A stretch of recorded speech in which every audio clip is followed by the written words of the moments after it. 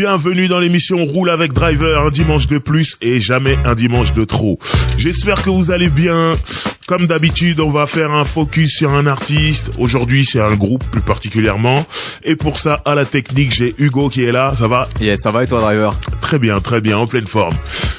Donc aujourd'hui, nous allons parler du Translator Crew. Les Fugees. Fugees, c'est donc Wyclef Jean, Pras Michel et Lauryn Hill. Ceux qui connaissent un peu le groupe savent que Pras et Wyclef sont d'origine haïtienne et c'est très important. Vous en rendrez compte pendant l'émission.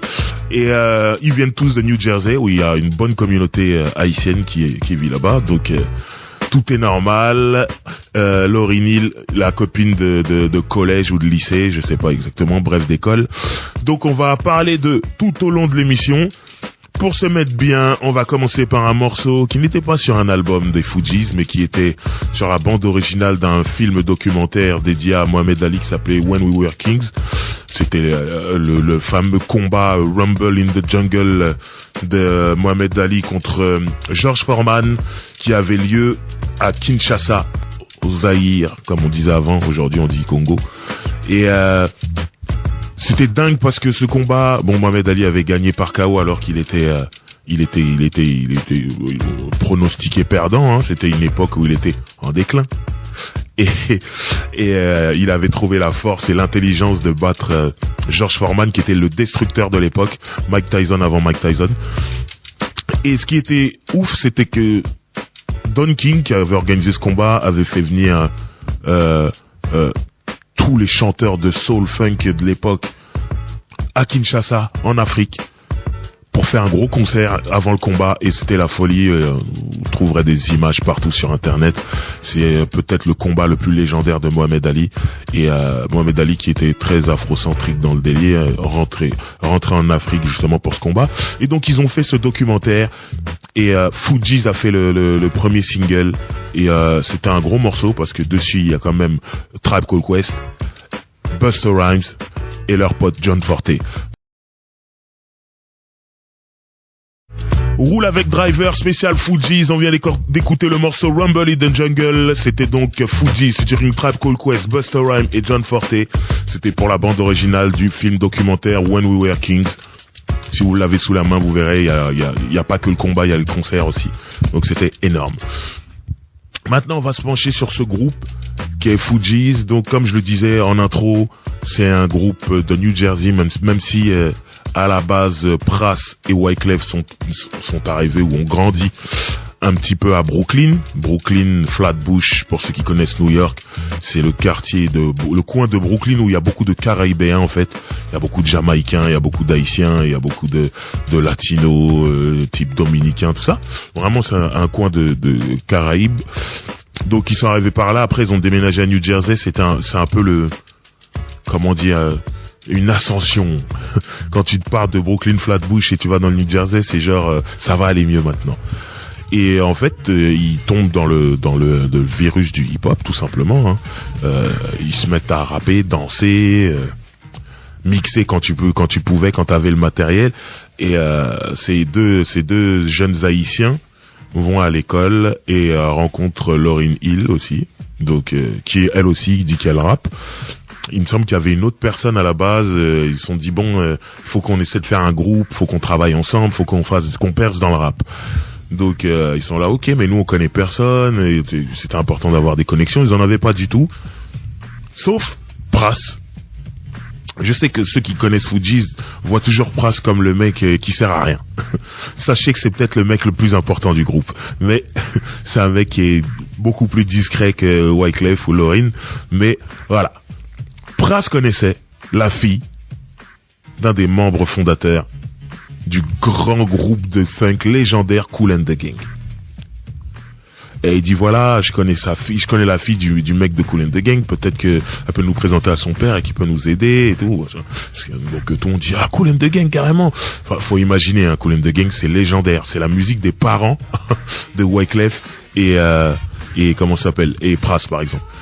Donc ils y vont et lui les écoute rapper. Et il dit ouais, c'est vraiment bien votre truc, écoutez, moi j'ai un studio à disposition, vous venez quand vous voulez, vous enregistrez, vous répétez, vas-y, y a pas de problème. Donc, à force d'aller dans ce studio, ils commencent vraiment à avoir des affinités, ils se disent bon, faut vraiment qu'on fasse le groupe. Bon, la 4e personne est partie, il reste donc que les 3 qu'on connaît aujourd'hui. Et le groupe s'appelait Rap Translator, il me semble. Ça a vite changé à Translator Crew. Et en fait, apparemment, il y avait un groupe qui portait le même nom. Alors, je sais pas comment c'est possible. Donc, ils ont décidé de changer de nom et ils sont devenus les Fugees.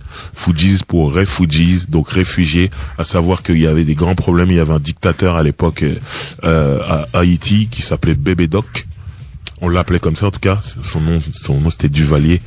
Mais c'était un dictateur et il y a beaucoup de gens qui fuyaient ce régime-là.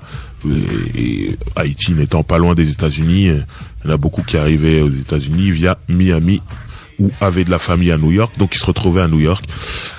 Donc il y avait beaucoup de réfugiés. Donc quand ils s'appellent Fugees, c'est pour ça, c'est pour dire ça, Refugees, réfugiés. Ils sont là, Kool and the Gang sortent un album où ils invitent Fugees, alors je sais pas, il me semble qu'il s'appelle Translator Crew à ce moment-là, à faire un feat sur un morceau.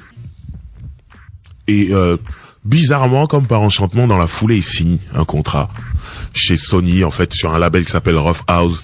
Rough House, c'était un label indépendant qui a été racheté par Sony. Juste pour que vous vous rendiez compte, à l'époque, comment ça rigolait pas. Alors il y avait Chris Cross, via Sosodef, il y avait Cypress Hill, et donc il y avait Fugees, et il y avait Team Dog, même s'il est plus là, rest in peace. Donc Rough House, c'était vraiment le label à la mode, en tout cas qui avait beaucoup de succès, et Sony était donc derrière, et donc les Fugees signent dessus, donc ils sont très contents de signer dessus parce que c'est un label qui a déjà eu des succès et tout. Et ils font leur premier album, Blunted on Reality. Fonce-dé à la réalité, pour traduire et tout. Et l'album ne connaît pas le succès. Et moi, je me rappelle de ce jour où j'ai découvert cet album. En fait, découvert le premier single, qui s'appelait Bouf Baf. Je l'ai dit plusieurs fois dans la sauce, ou même peut-être ici. J'avais la chance d'avoir MTV très tôt. Moi, en 91, j'avais MTV, ce qui était dingue parce que c'était très rare. Et un jour, je vois ce clip-là et tous les samedis, on avait une équipe, on se réunissait pour faire des choses pas très catholiques, mais en tout cas, on avait tous vu le clip, on se disait tous, oh, incroyable et tout, non, c'est dingue et tout. Mais t'as vu le truc, t'as vu, ah, c'est fou. C'était du rap. Des fois, c'était du reggae dancehall. Ça partait dans tous les sens et une énergie dingue. Et surtout, on voit une meuf qui kick de fou. C'était Lauryn Hill. On disait, merde, mais qu'est-ce que c'est que ça? C'était dingue et ça ressemblait à rien. Donc, qu'est-ce qu'on a fait? L'après-midi même, on est parti voir s'il y avait l'album à la Fnac. Bon, on s'est tous servis. Et en fait, j'ai découvert Fugees comme ça. Et j'ai écouté l'album et je me dis, putain, c'est bien et tout. Ça allait un peu dans tous les sens, on va pas se mentir. On sent qu'ils se cherchaient, mais il y avait vraiment un réel talent. Alors l'album n'a pas connu le succès, le morceau Bouf Baf il a pas trop tourné, mais après ils ont sorti un morceau qui s'appelle Vocab. De toute façon on écoutera ces morceaux juste après. Vocab, c'est un guitare-voix. C'était la première fois que j'entendais ça en rap. Les mecs ils rappaient sur la guitare. En fait Wyclef est un grand guitariste, donc il avait fait une guitare, les mecs rappaient et tout machin. Et il y a la version de l'album, mais un peu plus tard, quand ils sortent vraiment le morceau en single, ils font un clip. Il y a un léger remix et il y a des couplets qui sont retouchés. Et là, j'entends Pras qui dit dans son couplet, frère Jacques, dormez-vous. Et là, je me dis, mais c'est français. Et c'est là que je commence à me demander, mais pourquoi ils rappent en français? Alors, je ne sais pas qu'ils sont haïtiens à ce moment-là. Et c'est après, en fouillant un peu, je me rends compte qu'ils sont haïtiens. C'est là que je me dis, oh, ok. Et après, plus tard, je les vois sur MTV en train de faire des freestyles. Wyclef fait un couplet en français et avec un accent créole et un accent américain en même temps et tout. J'étais perdu, j'étais égaré et tout. Refrain, les mecs font oui. Je me dis non mais c'est magnifique ce groupe, ils sont là, c'est des Américains, c'est des Haïtiens, c'est des Français, tout. C'était incroyable. Donc déjà là, c'est là que je me dis bon, le fait qu'ils soient haïtiens, les mecs ils le revendiquent quand même, parce qu'il y a le créole, mais il y a le français, bien sûr, qui est dedans. Et c'est là que je me dis bon, ce groupe est vraiment intéressant. Donc Vocab prend, c'est au-dessus de Bouf Baf, sans que l'album soit un succès, mais là les gens, même aux États-Unis, disent oh il y a un potentiel, il y a vraiment un truc. Ensuite là où vraiment ils se donnent le droit de faire un deuxième album, c'est quand ils sortent le single Nappy Heads. C'est un remix. Dans l'album, la version de Nappy Heads, elle sert à rien en vrai. Ils font un remix incroyable, clip à l'appui, le morceau est juste magnifique. Et là, l'album ne prend pas, mais on sent qu'il commence à avoir la science du tube. Wyclef Jean commence à avoir la science du tube. Donc Sony dit, avec les chiffres que vous faites, on devrait vous virer, mais nous on va vous garder, parce qu'on sent qu'il y a quelque chose. Mais par contre, le deuxième album, si jamais vous flopez, vous êtes dehors. C'est le genre de pression dont avait besoin Fugees. Wyclef Jean rentrera en studio avec Fugees pour faire quelque chose de légendaire. Mais on va en parler après. Et les voilà repartis en studio. Alors, j'essaie de me souvenir à quel moment ils viennent en tournée. Ah non, c'est pour cet album-là. Ok. Parce que, je dis ça parce que il faut savoir que Fugees ont fait une tournée européenne. Et en première partie de leur tournée européenne, il y avait Jay-Z. Et les Nègres Marrons, au passage, big up Nègres Marrons. Mais pour le truc vraiment fou, il me semble que Jay-Z jouait en premier. Ensuite, il y avait Nègres Marrons. Donc Nègres Marrons était plus big que Jay-Z à ce moment-là, en tout cas en France. Et bien sûr, Fugees en clou du spectacle. Quand on dit ça, quand on voit ce qui est devenu Jay-Z, on a l'impression que je raconte des conneries. Je vous jure que Jay-Z était en première partie de Fugees. Donc ensuite, comme je disais, on leur offre une seconde chance, qui devrait être la dernière, parce que s'ils flopent, c'est fini. Et ils rentrent en studio pour faire l'album The Score. The Score. Quel titre prémonitoire. Alors, un truc qui est très important, et je le répète, je suis l'avocat de Pras Michel aujourd'hui. Pras Michel est le producteur exécutif de cet album. Ça veut dire en gros, j'explique vaguement ce que c'est qu'un producteur exécutif. Ça veut dire que Sony va donner le budget de l'album à Pras. Voilà l'argent, vous devez faire l'album de Fugees, le nouvel album de Fugees avec ce budget-là, ok? Ensuite, toi, tu dois nous ramener les bandes, ça veut dire l'album fini. Peu importe, je ne sais pas ce qui se passe, mais tu as cet argent-là, ce budget-là, tu dois nous ramener l'album, tu te débrouilles. Donc lui, il s'est dit ok. Et en contrepartie, il aura un pourcentage sur les ventes de l'album, en plus de son côté artiste. Donc c'est de l'argent en plus. Ce que je suis en train de vous dire, c'est que Pras a gagné énormément d'argent sur cet album. Donc il ne sert pas à rien. Bref, comme ils ont la pression, ils savent que ça peut être vite de la fin de leur carrière, ils réfléchissent beaucoup cet album et ils font quelque chose de légendaire. En tout cas, ils mettent dans l'album les reprises. Il faut savoir qu'on a une époque où Bad Boy, Puff Daddy marche énormément, contrôle vraiment le game, avec Death Row de l'autre côté, mais Bad Boy, ils ont vraiment amené ce truc de on fait des reprises et on en a rien à foutre. On peut prendre un truc des années 70, comme on peut prendre un truc d'il y a 2-3 ans, là. Et ça, c'était Puff Daddy, et ils faisaient énormément de reprises, et ça fonctionnait, tout fonctionnait. Donc, Fugees, ils ont dit, nous aussi, on va le faire, mais à la caribéenne, un peu. Ça veut dire qu'ils vont faire une grosse reprise de No Woman, No Cry de Bob Marley, par exemple. Ils vont prendre, Roberta Flack, quand ils font Killing Me Softly. Il y a énormément de reprises dans cet album-là, même le single Fujila, avec ce fameux refrain oulala, c'est une chanteuse qui nous a quittés qui s'appelle Tina Marie. Vraiment, il y a énormément de reprises et ça commence à devenir même la marque de fabrique de Wyclef Jean et Fugees, mais vraiment il y a toujours un truc caraïbéen dessus. Ben, c'est Haïti en fait. Même quand ils prennent des gros morceaux de pop ou de funk ou truc, c'est un peu à l'haïtienne, un peu à la Caraïbe. Donc c'est le parti pris. Ils sortent le premier single, et ça je m'en rappelle aussi, pareil, j'avais MTV, et quand je vois le premier single, c'est Fujila, là je me dis, oh, c'est les mecs, c'est les Haïtiens, là, ils sont revenus, oh, dingue, et là je vois un morceau avec un clip et tout, je me dis, oh, mais non, mais là c'est incroyable, incroyable, et encore une fois, je découvre ça un samedi matin, bon, samedi après-midi, je suis allé au magasin, et ce clip, où il y a une poursuite là pour une mallette remplie d'argent, on les voit. Wyclef est dingue dessus. Lauryn Hill encore. Trop de flow. Magnifique. Entre-temps, Lauryn Hill a joué dans Sister Act 2. Avec Whoopi Goldberg, donc elle est là, elle a mis un pied dans le cinéma. Donc on se dit, il y a moyen d'en faire une star et tout. Pras fait son boulot aussi. Mais quel refrain de Lauryn Hill. Vraiment refrain hypnotique qui reste dans la tête de tout le monde. Moi je me rappelle, j'étais jeune à l'époque. J'allais pas spécialement en boîte de nuit en soirée. Nous on avait nos après-midi. C'était devenu un hymne. Cette chanson, tout le monde criait le refrain. De toute façon, jusqu'aujourd'hui, tu le joues, tout le monde chante le refrain. Incroyable, un tube, un méga tube. Et là, je me dis, putain, sur le premier album, sur Avec Bouffe Baf, c'était bien, mais c'était pas un tube. Là, ils arrivent directement, premier morceau, un tube.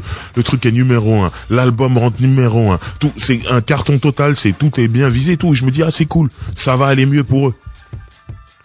Sauf que, quand je vais chercher l'album, j'écoute l'album, je dis, mais il y a pas qu'un tube. Là, je me dis, c'est pas genre ça va aller mieux pour eux.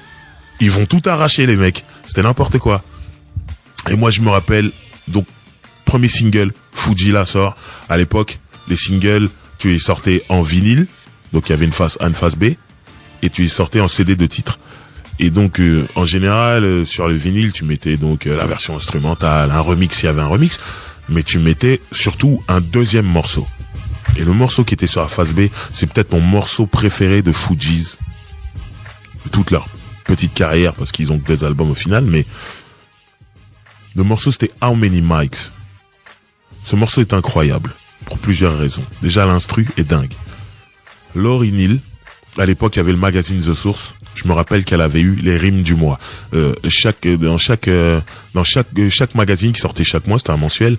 Il prenait un couplet d'un rappeur qui avait sorti un morceau dans le mois en fait, et il disait c'est le meilleur couplet du mois et ça s'appelait les rimes du mois. Et Lauryn Hill, elle avait eu ça, donc moi je me rappelle, je lisais son couplet, j'essayais de comprendre et tout. Et elle qui n'est pas haïtienne, hein. À un moment, elle rappe, et en plein milieu de son couplet, elle dit « Oh, contraire, mon frère !» Au contraire, mon frère. Ça veut dire, il y a des Américains qui font semblant de parler français, mais ils disent tous la même chose. Merci, oui, voulez-vous coucher avec moi ce soir? C'est tout ce qu'ils connaissent, en vrai. Elle a dit « Au contraire, mon frère !» Normal. Je me suis dit, mais c'est là que moi j'ai commencé à penser qu'elle était haïtienne. Finalement, non. Mais bon, c'est l'influence des deux Haïtiens qui étaient autour d'elle. Mais moi déjà, ça m'avait marqué. J'ai dit, non, mais rien que pour ça, magnifique. Et plus tard, il y aura un freestyle légendaire sur une mixtape française qui s'appelle C'est de la balle, produite par un mec qui s'appelle Zico, qui faisait partie de la brigade. Et il y avait un freestyle dessus légendaire de Lunatic. Booba et Ali qui rappaient sur cet instru, incroyable morceau où Booba parlait de Châtelet-Léal. Châtelet-Léal, c'était très important, je pense que c'est toujours important, mais c'était très important pour nous les jeunes à l'époque parce que il y avait plein de meufs. Et Booba, il a cette rime qui disait si tu vas à Châtelet, il y a de la chatte, frère, de la place Carrée jusque dans le RER. Ça, c'était tellement la vérité. Et bref, sur ce morceau-là, même Ali était parti chercher des rimes beaucoup plus de fond que Collins Bootsy. Après, il a rimé avec la guerre au Rwanda entre les Hutus et Tutsis. Là, je parle d'un truc, on est, je sais pas, au milieu des années 90, ils avaient déjà un super niveau. Bref, revenons à Fugees. Quel instru, quel morceau. Et ça, c'était juste la phase B. Donc, un morceau qu'on n'exploitera pas, il y aura pas de clip. Ça, c'était la phase B de Fujila. Rime du mois, des freestyles des États-Unis jusqu'en France et tout. C'était un morceau incroyable. De toute façon, on l'écoutera tout à l'heure. Et après ça, on se dit, bon, qu'est-ce qu'ils vont nous sortir comme single? Ready or Not. Tube incroyable, super clip, ça arrache tout. Et Fujila, Ready or Not, c'est pas juste un phénomène américain. En France, ça tourne de fou. À la radio, à la télé. C'est la folie. Ça veut dire Fugees. Alors, No Woman, No Cry, n'en parlons pas. Standard, Bob Marley, tout ça. Dingue. Ça tourne de fou. Les mecs arrêtent pas, il y a énormément de singles dessus, même Fujila il est décliné en 2 ou 3 remixes, l'album est un carton total, et le truc qui est très important à dire, c'est que il fait partie des 5 plus grosses ventes de rap à travers le monde. Les gens ne se rendent pas compte de la portée de cet album-là, de score, Tu le mets à côté de Marshall Mathers LP d'Eminem.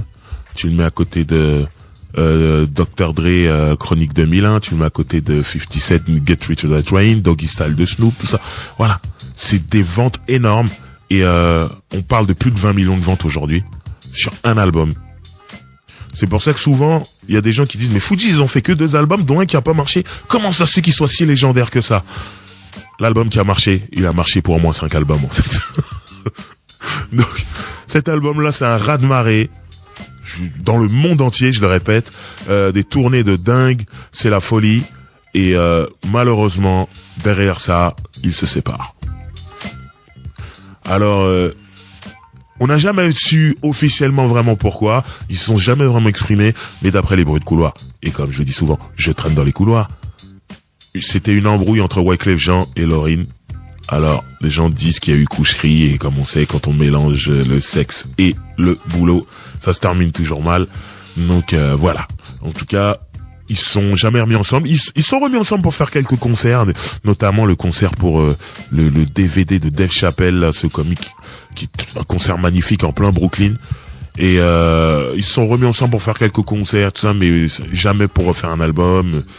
Apparemment, ça dépendait de l'humeur de Lauryn Hill, qui a beaucoup changé, mais on parlera de Lauryn Hill après. Il y a un truc quand même incroyable sur ce groupe, c'est que ils ont fait 2 albums, dont notamment le deuxième album qui est un carton total, avec très peu de feats. Il me semble qu'il y a un fils de Bob Marley sur No Woman No Cry. C'est tout, quoi. Sinon, ils sont là avec leurs potes, John Forte et tout ça. Mais tu vois, jamais ils sont allés chercher un artiste majeur et tout, et pour l'inviter sur... Ils en ont pas eu besoin. Les mecs battent tous les records et tout. Donc, fort. En tout cas, maintenant, j'aimerais qu'on parle de Lauryn Hill, parce que, voilà, très grande artiste. Elle rappe, elle chante, et elle fait tout ça très bien. Elle a une attitude, elle a un style. On se rappelle d'elle sur le single de Nas, If I Rule the World. Faut savoir que Nas, juste avant ça, il a l'album Illmatic, acclamé par le milieu du hip-hop, mais qui marche pas, hein. C'est-à-dire au moment où il sort, il marche pas. Il marchera beaucoup plus tard. Mais c'est que dans le milieu du hip-hop, les gens savent que c'est un album parfait. Mais il n'y a pas de tube vraiment pour faire le truc. Donc, Nas, quand il fait son deuxième album, il se dit, bon, là, il est temps que je fasse un tube, que je passe au niveau supérieur et que je gagne de l'argent et tout ça. Et justement, il fait If I Rule the World, il invite Lauryn Hill de Fugees qui lui fait un refrain magnifique, parfait, et il écrase tout. Non. Tout ça, c'est pour vous dire que Lauryn a cette touche, elle vient, elle fait de ton morceau un tube. Lauryn Hill, comme je disais juste avant, avec Killing Me Softly, qui est un tube énorme et qui est finalement un solo de Lauryn Hill dans l'album de Fugees, pour moi, elle gagne le droit de faire son album solo. Parce qu'elle a montré qu'elle pouvait faire un tube toute seule. Même s'il y a Wyclef derrière, avec Pras. Donc, c'est ce qui se passe. Elle sort son album, son premier solo. Quel raz-de-marée. Ça veut dire, juste avant, je vous parlais de The Score, de Fugees qui bat des records en termes de vente. Ben, là, c'est pareil. On parle à l'époque, on parlait de 8 millions. Bon, aujourd'hui, elle les a dépassés que aux États-Unis. Hein. Elle a fait une douzaine de millions qu'aux États-Unis. Dans le monde, on est facilement à 15. Et il faut vraiment se dire que c'est juste derrière le succès de The Score, de Fugees. Wyclef Jean a un album dont on parlera tout à l'heure qui s'appelle The Carnival. Pareil, on est dans les 6, 7, 8 millions, tout ça. Fugees, il marche sur l'eau, en groupe, comme en solo, à ce moment-là. Et Lauryn Hill, c'est tube sur tube. Son album, c'est un grand tube, en fait. C'est bien sûr The Miss Education of Lauryn Hill. Moi, si je me rappelle, le premier single qu'elle envoie, c'était Lost One, qu'on va écouter juste après. Il y a même pas de clip. Normal. Le morceau, tout le monde le jouait dans les soirées hip-hop. À ce moment-là, je suis un peu plus âgé, je commence à sortir, tout ça. Tout le monde le jouait dans les soirées hip-hop. Tous les DJ mettaient l'instru pour que les rappeurs freestyle dessus. C'est-à-dire à la radio, en concert, tout ça. Tout le monde rappait dessus. C'était la folie. Il y a même pas de clip. C'est genre, non, on l'envoie comme ça pour les fans de hip-hop. C'était un morceau de rap où elle chantait un peu reggae, un peu au refrain, mais elle rappait vraiment sur les morceaux, instru de dingue, très dépouillé et tout. Là, on se dit, c'est une super rappeuse. Et derrière, elle sort le vrai premier single de l'album qui s'appelle Do Wop, qu'on va écouter aussi tout à l'heure. Et là, par contre, tube. Pareil, jusqu'en France. C'est matraqué. Et ce qui est dingue, c'est que en France, donc, il joue cette chanson parce que c'est le single officiel, mais il joue un morceau qui est Can't Take My Eyes Off You, qui est une reprise. Donc, je vous le disais, hein, Fugees, on est dans la reprise. Mais qui est une reprise qui parle tellement à la France. Alors, j'ai plus le nom en tête exactement sur qui ils ont repris la chanson, mais c'est une chanson de pop, soul. Moi, je me rappelle, j'écoutais ça quand j'étais petit dans le centre commercial en bas de chez moi, ça passait et tout. Et quand Lauryn Hill reprend ça des années plus tard, moi aussi ça me touche. Et ce qui est fou, c'est que les radios françaises décident de jouer ce morceau en playlist, sachant que sur l'album c'est un bonus track. C'est-à-dire elle l'a fait comme ça, quoi. On le met à la fin de l'album et tout. En France, c'était le tube. Les radios le jouaient, tout, c'était la folie. Donc il y avait Do Wop, il y avait Lost One qui tournait et il y avait Can't Take My Eyes Off You en même temps. Donc l'album est un succès en France aussi, c'est un succès dans le monde, c'est la folie. Et là, elle sort un morceau. Faut savoir qu'entre-temps, elle s'est mise en couple avec Rowan Marley, un des fils de Bob Marley. Elle a donc son premier enfant qui s'appelle Zion. Et elle fait une chanson qui s'appelle To Zion, qui est un hommage à son fils. Pareil, il n'y a pas de clip. La chanson passe à la radio, la chanson tourne. Je me rappelle être allé à New York et j'étais là en face d'une fille, tout ça. Et quand cette chanson a commencé à tourner, à fermer les yeux, elle chantait, elle disait j'adore cette chanson. Je lui disais mais ouais cool, tranquille, mais moi je préfère Lost One. Non mais tu comprends pas, ça me rappelle mon fils, ouais parce que et tu vois, elle a vraiment touché toutes les mamans en fait avec cette chanson là. Et c'est là que je me suis dit non mais putain, moi j'étais toujours dans la réflexion. Donc pour toucher les mamans, il faut faire une chanson comme ça sur les enfants. Ben moi j'ai pas d'enfants. Je peux pas faire de chanson comme ça, ce sera un mensonge, mais voilà, j'ai compris que OK. Il y a un nouveau truc qui se fait comme ça. Et cette chanson, pareil, elle tourne énormément, il y avait même pas de clip. Il y a X Factor qui est clippé, il y a Everything is Everything. Elle est nominée toutes sortes d'awards, Grammy, MTV Awards, elle gagne, elle fait des lives incroyables, c'est la folie. Là vraiment, Lauryn Hill, c'est une superstar, parce que c'était déjà une superstar avec Fugees, mais là avec le succès de son album solo, elle est au-dessus de tout et elle craque en fait nerveusement. C'est-à-dire elle supporte plus d'être en lumière, d'être mise en avant comme ça. Elle passe beaucoup de temps en Jamaïque avec la famille Marley. Et les gens commencent à dire que elle a changé, elle est devenue folle. Elle commence à arriver en retard à ses propres concerts. Elle commence à en annuler certains. Les rumeurs disent qu'elle prend des drogues. Bref, ça commence à mal tourner. Et ce deuxième album qu'elle aurait dû faire ne viendra jamais. C'est-à-dire que Fugees, c'est mort. Et on attend un deuxième album de Lauryn Hill parce que le premier est un succès total. Et il arrive jamais. Alors en 2002, sortir un album unplugged pour MTV et tout. Mais bon, honnêtement, c'était pas ça. Tout ce qu'on retiendra, c'est que Kanye West a samplé un morceau de cet album pour en faire All Falls Down sur son premier album. Un morceau magnifique qui aurait dû au refrain être la voix de Lauryn Hill, mais Lauryn Hill n'aurait pas donné l'autorisation, donc du coup il a fait rechanter le refrain par Syleena Williams, non, Johnson, pardon.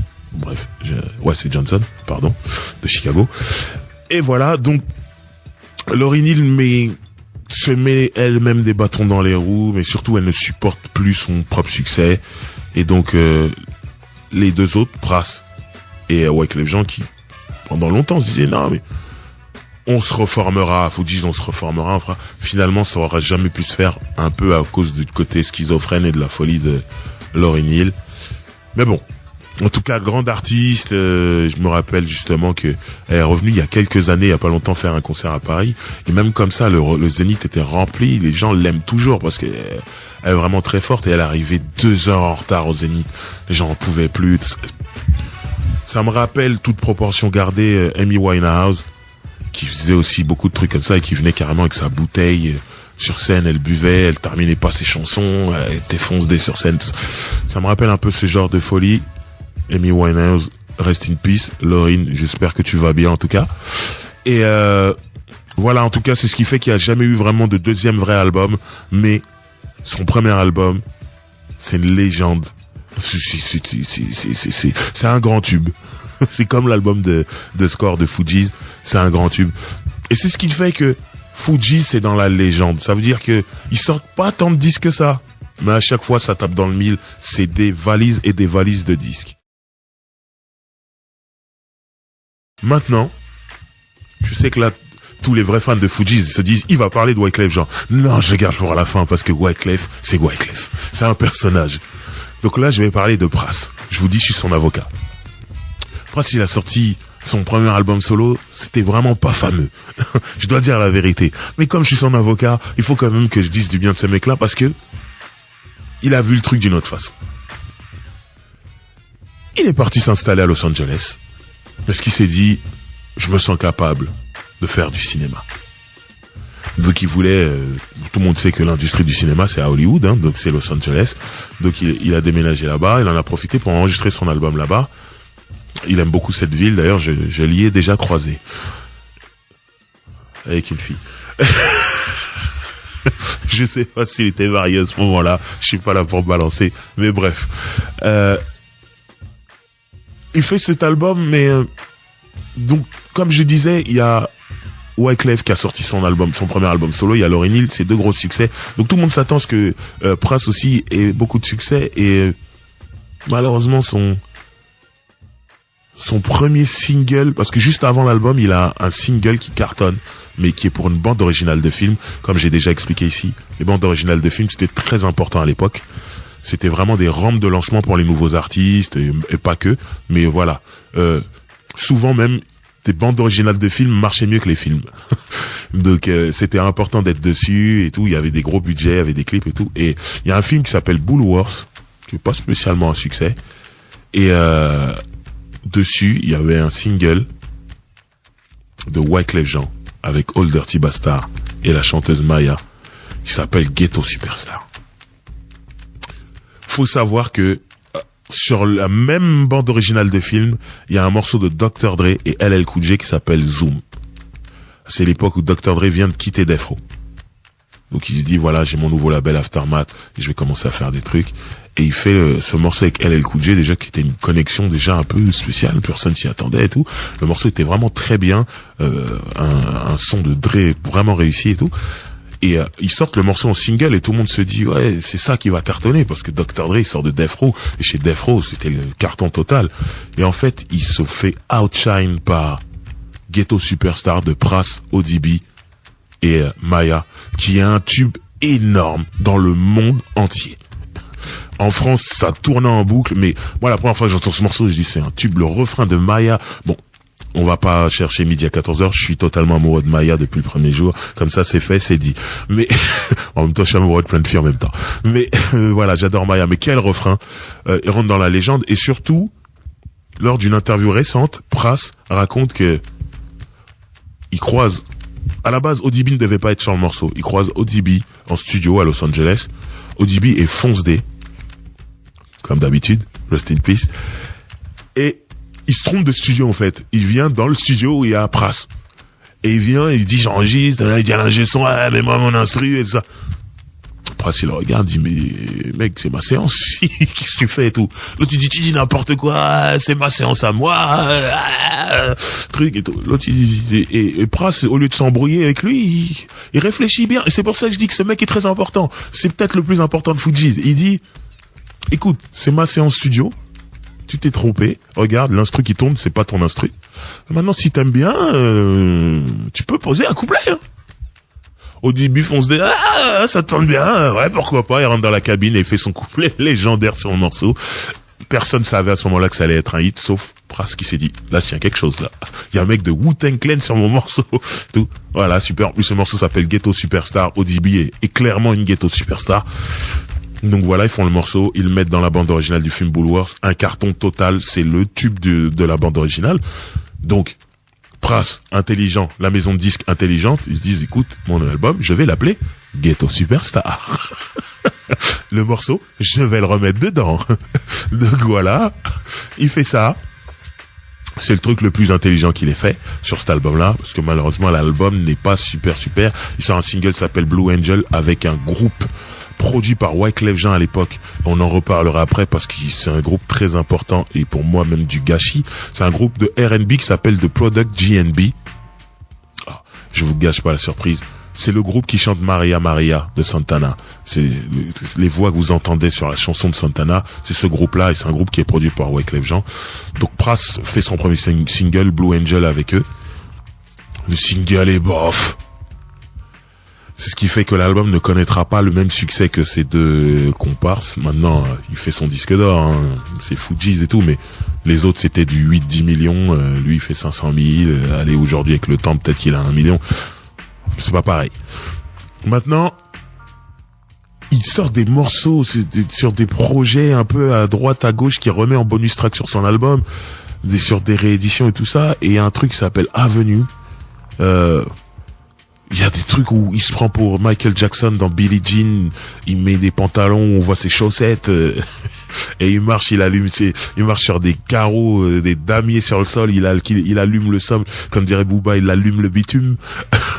Et voilà, il est dans tous ces trucs, il hésite pas à se déguiser dans des clips et tout ça, il y a des reprises de funk, de reggae, tout ça. Il y a Mac 10 de West Side Connection qui est perdu sur l'album, gangsta rappeur au milieu, j'ai jamais compris pourquoi Mac 10 était dessus. À part le fait que Pras habite à Los Angeles. L'album, comme je dis, il ne connaît pas un grand succès, mais il arrive à se placer dans des séries. Il y avait une série là que j'aimais bien avec Bill Bellamy, j'ai plus le titre en tête. Mais bref, une série qui avait pas mal tourné. Il arrive à se mettre sur des téléfilms. Alors il connaîtra jamais le grand écran, les succès du grand écran, mais il était plus dans des séries et des téléfilms. Donc c'est ce qui fait qu'il reste là-bas. Et puis surtout là, l'argent de The Score en tant que producteur exécutif qui tombe et tout. Donc c'est quelqu'un qui s'est jamais plaint. On l'a jamais vu en galère en se disant ça va pas pour lui. Même là j'ai vu des interviews récentes, il est très posé, il te raconte l'époque de Fugees, tout ça. On sent pas quelqu'un qui va mal. Je trouve que c'est vraiment un hustler et tout. C'est pour ça que je dis que ce mec est très important. Et il est quand même producteur exécutif du carton de Fugees, je le répète. Mais bon, j'avoue quand même que son album n'était pas terrible. Maintenant, nous allons enfin parler de celui que l'on appelle le preacher son, le fils du prêtre, le fils du pasteur, Wyclef Jean, qui est peut-être à la base du succès de Fugees en tant que musicien, en tant que beatmaker, en tant que visionnaire. Parce que finalement, l'ADN de Fugees, on va vraiment la retrouver sur ses albums solo à lui, plus que sur ceux de Pras et Lauryn. Et c'est là qu'on comprend que c'est le cœur du groupe, et c'est pour ça que je voulais parler de lui en dernier. Quand Fugees se sépare, il bosse directement sur son album Carnival. Et il faut savoir qu'à ce moment-là, ils sont pas... Quand ils commencent à bosser sur son album solo, ils sont pas séparés officiellement, parce qu'on retrouve Lauryn Hill et on retrouve Pras sur son premier album solo. C'est après ça qu'ils se parlent plus, ou chacun de son côté. Mais au moment où il fait Carnival, ça veut dire il sent que il a les moyens d'être une superstar. Il sent qu'il est important. La maison de disques aussi. Donc ils disent vas-y. Et lui, contrairement à Lauryn, il met Fugees, même s'ils sont sur des morceaux séparés, mais Fugees sur l'album, alors qu'on retrouve pas les membres de Fugees sur l'album de Lauryn Hill. Mais en tout cas, cet album va déterminer un tournant. C'est-à-dire là, il met vraiment Haïti dans sa musique plus que jamais. Il y a des morceaux, il met la Caraïbe, il y a des morceaux reggae, il y a des morceaux qui reprennent des standards latinos comme la Guantanamera. Il a fait une reprise de Guantanamera. Il a invité Celia Cruz, qui est grande chanteuse de salsa légendaire cubaine, si je me trompe pas. Il y a un morceau de compas qui est la musique d'Haïti, sur lequel il invite Kassav, groupe légendaire de zouk francophone. Jacob Desvarieux et Jocelyne Berroir sont sur cet album qui se vend à plus de 10 millions en tout dans le monde. Qui a Kassav, quoi. Ça veut dire Jacob Desvarieux, je l'ai déjà dit ici, il me semble. Il habitait à Sarcelles à un moment, quoi. Je le voyais, bon, dans une Rolls Royce, mais je le voyais en bas de chez moi. Le mec, il est sur l'album de Wyclef qui vend une dizaine de millions et tout. Et je me dis, waouh, là, il se passe un truc. Il met vraiment son côté caraïbéen dessus. C'est pas un pur album de rap, parce que vraiment, il y a les musiques des Caraïbes. Il commence à chanter de plus en plus, parce que c'est un grand fan de reggae, déjà. Il a une façon de chanter qui est très reggae. même quand il monte sur du compas ou de la musique latine, il a une vibe reggae. Et on le ressent tout au long de l'album. Donc c'est plus un album de reggae et de musique caribéenne que de rap, même s'il rappe sur des morceaux. Mais c'est super bien réalisé et il connaît un succès incroyable. Et ce qui est dingue, c'est que il met vraiment Haïti sur la carte. C'est la première fois qu'il y a de la musique entre guillemets haïtienne qui vend autant, sans que ce soit que dans la diaspora. Ça veut dire des groupes de compas qui font des concerts et qui vendent des disques pour les Haïtiens qui vivent aux États-Unis. Là, il a vendu à tout le monde, mais avec des morceaux vraiment typés Caraïbes et tout ça. Et les Haïtiens sont très fiers. La communauté haïtienne est très fière de Wyclef Jean à ce moment-là. Et surtout, il va créer une sorte de réseau où les gens vont commencer à se dire on peut revenir avec de la musique caribéenne qui est autre que du reggae dancehall, parce que finalement la musique caribéenne qui avait aux États-Unis, c'était le reggae dancehall. Et Paracou, il y avait un Shabba Ranks au début qui marchait. Après, pendant longtemps, il y a plus personne qui a vraiment de gros succès. Super Cat arrive, ça prend pas de gros succès. Plus tard, Sean Paul et tout ça. À chaque fois, voilà, comme ça. Paracou, je parle pas de la musique underground, c'est-à-dire la diaspora jamaïcaine, eux, ils étaient sur tous les coups, y a pas de problème. Mais des gros succès au niveau national américain, c'était vraiment des chanteurs de reggae dancehall qui en avaient. Et là, Wyclef, il met un peu la musique caribéenne autre que, quand je dis autre que, ça veut dire, il y a du compas, même si les Américains savaient pas spécialement que c'en était, et il y avait de la salsa, des trucs comme ça. Bref. Carton total. Wyclef, c'est le membre de Fugees qui, lui, fera une vraie carrière solo. Il sortira plusieurs albums. Il y a Eclectic, il y a The Preacher's Son, il y a des Carnival déjà. Il y a 3 volumes de Carnival, dont un qui est sorti il y a pas longtemps. Il y a un album qui est sorti juste avant le Carnival 3, qui était pas mal du tout, où il y avait un super morceau de compas aussi. Mais il y avait surtout, pour nous francophones, une reprise de Jacques Brel, Ne me quitte pas, qui fait avec un gros boom bap derrière, ça veut dire. Et lui, il chante totalement le texte de Jacques Brel, quoi. Il le chante pas, il le chante en français. C'est pour ça que je dis c'est très important le côté haïtien, parce qu'il y a beaucoup de choses en français dans leurs disques et tout. Et là, il a repris Jacques Brel récemment, sorti l'année dernière. Et c'est vraiment complètement fou. Et c'est bien fait. Il y a un clip, il est là dans le noir et tout. Vraiment, Wyclef est un grand artiste, vraiment, qui joue de la guitare et tout ça. Mais là, pour l'instant, on se focalise sur son côté donc rappeur. Gros succès avec le premier album. Les albums d'après, il y aura des succès, il y aura des tubes. De toute façon, on va en écouter. Et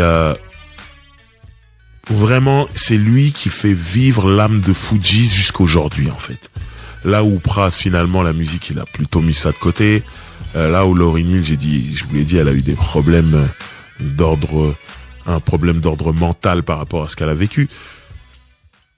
Finalement, c'est Wyclef qui perpétue Fugees dans nos oreilles et sur scène.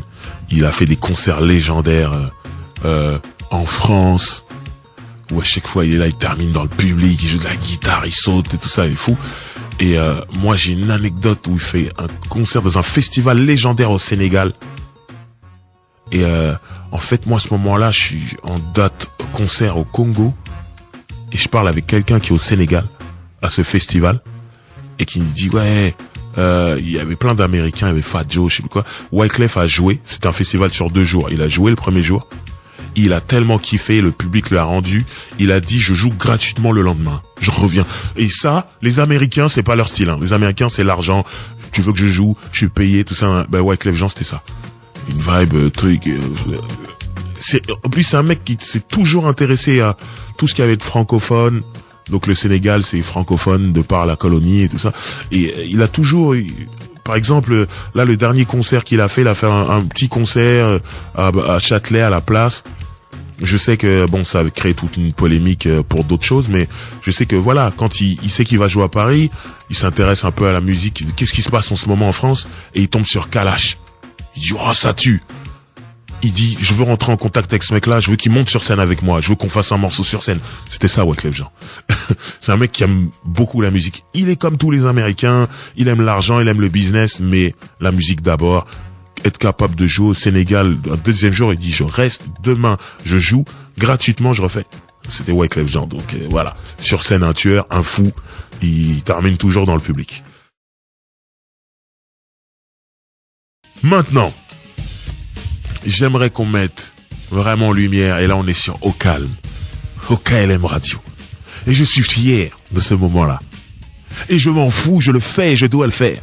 J'aimerais qu'on parle de cette mise en avant de Haïti.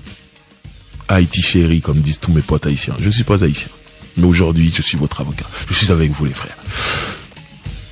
Moi j'ai toujours regardé ce qui se passait vers les États-Unis et j'ai toujours analysé en tant que noir comment ils percevaient la musique, les noirs américains. Et en fait, ils ne connaissent que ce qui se fait en Amérique. Ils ont vraiment pas une fenêtre. Déjà, moi, j'étais choqué la première fois que je jouais à New York. Je leur fais écouter des trucs de West Coast. Ils connaissaient pas. Je vais à Los Angeles, je leur fais écouter des trucs de East Coast, ils connaissaient pas. Après, je parle pas des hits, hein. Les hits, c'est des hits, c'est dans tout le pays. Mais des trucs un peu plus underground, tout ça, c'est pas des gens qui fouillent. Ils ont tout le rap déjà chez eux. Donc ils se prennent pas la tête. C'est nous, Français, on est là, on fouille, hein, on veut tout connaître et tout. Eux, c'est limite, sont blasés, ouais, truc. Donc déjà, je me suis dit, putain, si la East Coast est pas ouverte sur la West Coast et la West Coast pas ouverte sur la East Coast, comment ils vont être ouverts sur le monde? Et c'est le problème des Américains. Et finalement, ouais, ils sont ouverts sur le reggae. Mais le reste, ils connaissaient pas. Là, je parle d'une époque, ils connaissaient pas la musique africaine. C'est en train de changer avec la zonto, tout le son nigérian. Mais encore, le son nigérian, les Nigérians, ce sont des anglophones. Donc finalement, c'est la langue qui fait que ça a amené le truc là-bas. Et alors, tout ce qui est zouk, compas, tout ça, si t'es pas directement caraïbéen, tu connais pas. La musique latine, notamment le reggaeton, à un moment c'est rentré dans les soirées hip-hop et s'en est ressorti. Là ça revient un petit peu, mais c'est genre faut être latino pour vraiment s'y intéresser. Et voilà, finalement c'est pas un pays super ouvert. Ils sont vraiment et voilà. Et le fait que Wyclef Jean ramène Haïti, ramène sa musique et il insiste avec, moi j'ai trouvé ça beau parce que en tant que Français et moi je suis vraiment ouvert sur toutes les musiques. Je me suis dit, putain c'est bien ce qu'il est en train de faire.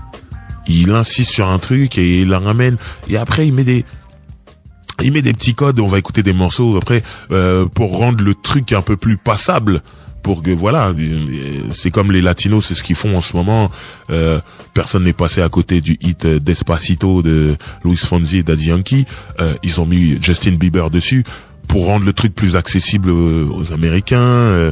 Il y a un gros hit de J Balvin où il y a Beyoncé qui est dessus, qui est venue d'elle-même, mais au final il s'est dit il y a Beyoncé qui veut monter sur le morceau, super, voilà. Je parle de J Balvin, mais je suis obligé de citer Willy William qui est français, qui est quand même sur le morceau, très important. Et voilà, en tout cas, Wyclef Jean avait déjà cette démarche-là avant. Avec le compas, et moi vraiment je voulais mettre la lumière sur ça. Il ne renie pas ses origines, et en promotionnant le compas et tout Haïti comme ça, à un moment il est devenu figure de proue haïtienne. C'était l'haïtien le plus aimé et le plus représentatif du pays, en fait, en dehors du pays. Et à un moment donné dans sa vie, il s'est dit, je vais me présenter aux élections pour être président Haïti. C'est fou, mais il s'est dit, je veux faire quelque chose pour mon pays, et les gens m'aiment, c'est possible. Donc il a commencé à faire campagne. Alors sans rentrer dans les détails, parce que moi je suis pas un grand fan de politique, mais de loin, en gros, ce qui s'est passé, c'est que des gens étaient contre. Je pense l'opposition tout simplement. Donc ils ont tout fait pour que ça n'arrive pas, parce que des gens pouvaient voter pour lui. Il faut savoir que l'avant-dernier président d'Haïti est un chanteur de compas qui fait des showcases encore aujourd'hui et tout ça. Ah, faut savoir ça. Donc c'est pas fou. Nous, ça peut nous paraître fou qu'un rappeur, chanteur veuille devenir, mais en fait Haïti c'est pas fou. Il y avait déjà un président qui était chanteur qui était là.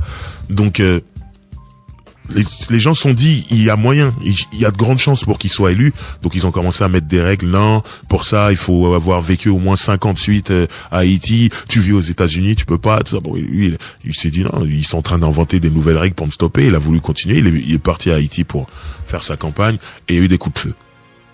Donc du coup là, il s'est dit bon, ça devient grave et je me retire et tout. Il s'est retiré du truc. Mais tout ça pour dire que si il a eu l'idée de faire campagne pour être président, c'est qu'à un moment, Haïti lui donnait beaucoup d'amour et qu'il sentait qu'il pouvait l'être et il voulait rendre cet amour.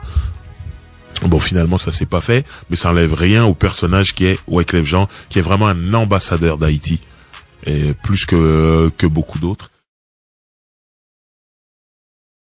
Maintenant, j'aimerais qu'on s'attarde sur Wyclef Jean, le producteur, parce que c'est quelqu'un qui est musicien, qui est beatmaker, qui est super guitariste, et qui a une vision, et donc qui a produit des tubes pour énormément de personnes, et surtout des tubes interplanétaires. Lui, quand il fait un tube, c'est pas un petit truc. C'est pour le monde. Je vais parler directement d'un morceau que je vais pas jouer, parce qu'il a fallu que je fasse des choix, mais je vais en parler parce qu'il est très important, parce que sans lui, vous n'auriez peut-être pas Beyoncé. Le premier tube de Destiny's Child, donc qui est le groupe de Beyoncé, c'est Wyclef Jean qui le fait. C'est lui qui fait la musique. Il apparaît dans le clip. Il a quelques voix dessus. Il a un couplet, il rappe dessus. Il fait l'intro, tout ça. C'est vraiment sa chanson. Et il faut savoir que c'est une chanson qui s'appelle No No No. Et à la base, c'est une balade. Il y a le clip qui existe et tout. Et ça prend pas. Donc on appelle, comme c'était chez Sony et que Wyclef Jean est chez Sony aussi, on appelle Wyclef à la rescousse. Est-ce que tu peux faire quelque chose et tout ça? Bien sûr. Déjà, il dit la chanson, c'était une balade. Moi, ce sera une chanson pour les clubs. Hein. Up tempo, direct. Allez, on y va. C'est le remix. C'est plaisir. Et ils font ce morceau, ce remix. Et le morceau cartonne. Et surtout, parce qu'il en a fait un morceau club, Destiny's Child danse dans le clip. Et Beyoncé, qui est une très grande danseuse, on commence à la voir là. Et moi, je me rappelle très bien avoir vu, j'ai connu Destiny's Child sur cette version-là, en fait. Sur le remix de Wyclef Jean. Et je me rappelle directement, Beyoncé m'avait tapé dans l'œil. J'ai dit, mais elle a un truc plus que les autres. C'est la meilleure et tout ça, machin. Et pas que en chant. Même le charisme et tout, et la danse. Elle dansait. C'était la même chorégraphie pour toutes les filles. Mais elle, tu voyais qu'elle dansait mieux, elle était à fond et tout. Merci Wyclef Jean d'avoir fait cette chanson. Et vraiment, voilà, on connaît la carrière de Destiny's Child et Beyoncé en solo. Tout est parti d'une chanson de Wyclef Jean. J'adore les interviews de Wyclef Jean parce que lui, moi là, comment je suis en train de lui donner ses props, lui, même quand il parle de lui-même, personne peut être plus avocat pour lui-même que lui-même. Hein. Lui, il te dit que sans lui, la musique n'aurait pas existé. Il est très très loin, il est très passionné, on va dire. En tout cas, voilà, c'est un mec qui a produit énormément de tubes et on va en jouer certains, donc j'aimerais qu'on en parle. Alors, on va jouer le morceau avec Product GNB, et c'est le morceau, j'en ai parlé tout à l'heure, de Santana. Carlos Santana, grand guitariste. Il fait son album où il joue de la guitare. Carlos Santana, il fait des petites voix, mais c'est pas spécialement chanteur, c'est un guitariste. Il fait un album, alors cet album, ça a raz-de-marée 20-25 millions, presque, je sais pas combien. On est entre 20 et 25 millions d'albums que sur ce disque. Hein. Et le gros single de l'album, c'est cette chanson qui s'appelle Maria Maria, avec The Product GNB, qui est donc un groupe produit par Wyclef Jean à cette époque-là. Et Wyclef a fait la musique. Wyclef a écrit la chanson. C'est lui qui ramène ce tube-là. Et lors d'un podcast que j'adore, j'en parle souvent ici, de Noriega, qui s'appelle Drink Champs, où ils mettent beaucoup d'alcool sur la table. Et le concept, c'est de boire et de se délier les langues et de dire les choses qu'on connaît pas. Lui, de toute façon, Wyclef, il est pas venu spécialement pour boire, mais il est venu avec sa guitare, normal. Donc, dès qu'il t'expliquait quelque chose, le mec, il jouait à la guitare. Mais tu sais, quand j'ai fait ce morceau, et il jouait et tout. Et lui, justement, on parlait du morceau Maria Maria en disant comment c'était un tube interplanétaire, comment ça a fait le tour du monde, ça a vendu énormément et tout. Et lui, il disait oui, la chanson est ce qu'elle est. Mais sachez que moi, j'ai toujours gardé l'esprit hip-hop, même sur des chansons qui ne l'étaient pas. Et c'est là qu'il prend sa guitare et il rejoue un riff de guitare qui est sur le morceau et il dit, et vous savez c'est quoi ça? Ça, c'est des voix samplées sur un morceau de Wu-Tang Clan et None Fuck With. Il a rejoué à la guitare le truc. Il a dit ça, c'est mon côté hip-hop. Même sur un tube comme ça, comme Maria Maria, faut que je mette ma touche hip-hop. Et Noriega disait, mais je m'en étais jamais rendu compte, mais c'est vrai, c'est Wu-Tang, tout ça. Il dit, ouais, voilà, moi c'est ça et tout. À chaque fois, je mets mon hip-hop dans toutes mes productions, je mets mon hip-hop et tout. Et ça, c'est fort. Sachant que le tube, ce morceau a fait le tour du monde et aujourd'hui repris par DJ Khaled avec Rihanna et Bryson Tiller. Donc voilà. Malheureusement pour The Product GNB qui là tenait le tube de leur vie, ils ont jamais réussi à enchaîner. Ils avaient un morceau qui était sorti sur une bande originale de film qui était Dr. Dolittle 2 avec un clip. Le morceau s'appelait Click Click, je crois. Le morceau était cool. Et on attendait tous un album et l'album est jamais arrivé. Je pense qu'il y a eu des embrouilles, des histoires. Bon, ça c'est triste. Roule avec Driver, spécial Fugees. On approche de la fin. Mais comme j'aime bien faire, là, ça me fait plaisir parce que j'ai un public aujourd'hui là. Et quand j'ai dit on approche de la fin, le public a dit oh non. Je vous aime, mon public, je vous aime. Plus sérieusement, moi j'aime bien chaque fois comme ça, enfin faire un espèce de bilan, de voir finalement quel est l'héritage, qu'est-ce qu'ils ont laissé dans le game. Et pour moi, le truc le plus évident qu'ils aient laissé, c'est la Caraïbe. Quand je vois Drake monter sur des morceaux dancehall comme Controller, ou alors comment il s'appelle ce morceau, One Dance. Ouais, One Dance, ouais, c'est le truc qu'il a repris à Wizkid, il me semble. C'est des trucs qui auraient été peut-être pas possibles si Wyclef Jean n'avait pas pavé la route avec Fugees, tout ça, avec tout ce son un peu caribéen. Il y a déjà ça. Ensuite, il y a vraiment le truc, soyez vous-même, soyez ouverts, mélangez. Le rap, la chance qu'on a avec cette musique, c'est que on peut faire du rap en mélangeant avec toute autre musique. Donc faut pas avoir peur, faut pas avoir honte. Il y a beaucoup de gens qui disent non, le rap ça doit être un sample de soul. D'autres qui vont dire non, c'est un sample de funk. Non. Tu peux le mélanger avec tout. Et ça a été prouvé. Et je trouve que en faisant ça, il a fait un enfant. will.i.am de Black Eyed Peas. Même si les musiques sont différentes, c'est le même procédé. C'est un mec très ouvert sur le monde et qui a mélangé à un moment donné. Il s'est dit ok, c'est l'électro, je vais mélanger avec l'électro. Il a commencé à faire ses trucs avec David Guetta. Il a fait des trucs avec Mendes, je crois c'est Carlos Mendes. Je sais plus si Carlos c'est son prénom, mais en tout cas c'est Sergio Mendes, pardon. Voilà, grand chanteur brésilien. Il a mélangé la musique brésilienne avec sa musique, avec la musique de Black Eyed Peas. Il a fait des études, tout ça. Et pour moi, c'est Wyclef qui a amené ça avec Fugees et ils ont laissé ça. Et aujourd'hui, les gens ils vont prendre de la musique africaine, ils prennent de tout. Et je pense que Fugees y est pour beaucoup. Ils ont décomplexé ça. On peut aller prendre de la musique partout et la mélanger avec son rap et que ça reste hip-hop à chaque fois. Donc pour moi, c'est vraiment la grosse partie de ce qu'ils ont laissé dans ce game. Et ils continuent. Wyclef fait toujours des concerts, il sort toujours des albums. Lauryn Hill, bon, c'est plus des concerts que des albums, malheureusement. Et Pras, lui, est toujours cool. Il fait des interviews. Tout va bien. En tout cas, voilà, c'était une émission dédiée à Fugees. Fugees, faut pas négliger, ça a eu un impact. C'est beaucoup de ventes, c'est beaucoup de tubes. Il y a des morceaux qui sont légendaires que j'ai même pas joué. Je pense à Wyclef Jean featuring Mary J. Blige. Le morceau s'appelle 911. C'est un tube énorme.